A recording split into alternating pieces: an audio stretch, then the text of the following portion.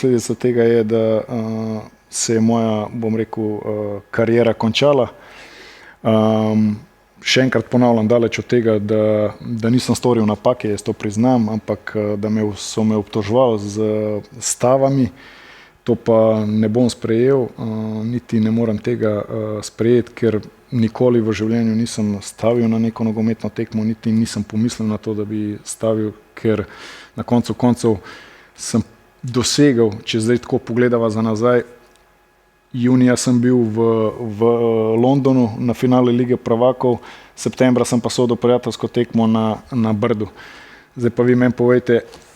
jaz kot sodnik na nekem nivoju sem si dovolil, da bi, ne vem, zaslužil, 500 evrov, 1000 evrov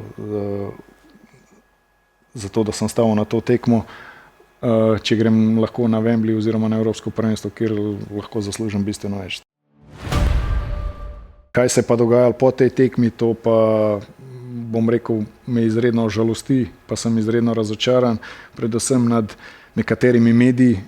v tem slovenskem prostoru, ki, bom rekel, so nestrokovni, neprofesionalni in na podlagi nekih govoric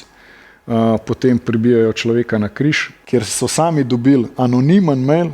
kjer so bili vsi ti posnetki noter zrezani, pa noter pripis, da pač gre tukaj za stave in tako dalje. Tako da sem mu rekel najlepša hvala, da si samo potrdil to mojo tezo, ki pač v meni nekako bila, da nekdo stoji za tem,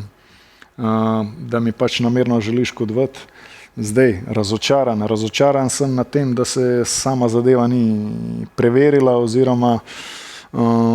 prišlo, bom rekel, do konca sami zgodbi. Kdo stoji za tem,